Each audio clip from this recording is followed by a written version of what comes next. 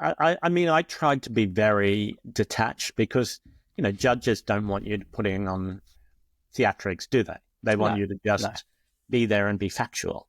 So Mhm. I tried my best. I mean, I had my hands clenched either on the desk or under the desk because I was shaking so much from Mm. anger. I wasn't nervous. I was just really angry. And that feeling of having anger take over your body is, where you like clench your fists as if like if he had been like a couple of minutes closer to me, it felt like I would have just like jumped over the thing. But Launched yourself over the barricade.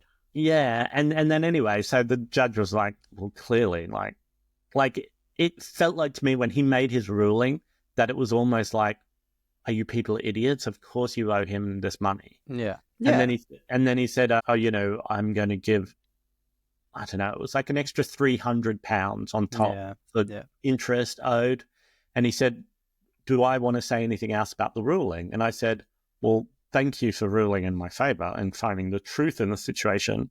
But I have no belief that this man is going to pay me this money.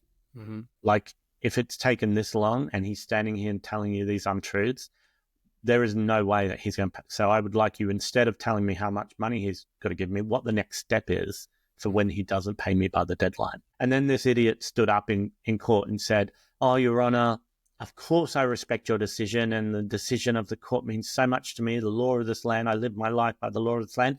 He was this type of crook who would just go over the top with Yeah. stuff Yeah. as well. Yeah. And Yeah. A complete shyster.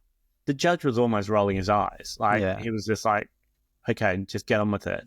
And he Mm. said, I've got a bit of a cash shortfalling at the moment and I need extra time. So he asked for extra time to pay the money. And then it came around, that date came around, and it was like 3 months or something, wasn't it? Mm-hmm. Like, it wasn't a short amount of time that he had to pay the money. And the money didn't come. I emailed him. I emailed his business partner. Mm-hmm. Nothing.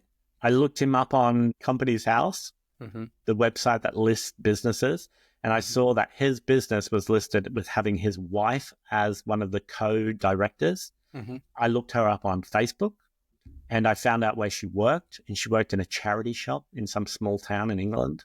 Mm-hmm. And I called the charity shop and I asked to speak to her, and she got on the phone and I said, hey, just to let you know, this is what your husband Peter has done. This is the ruling.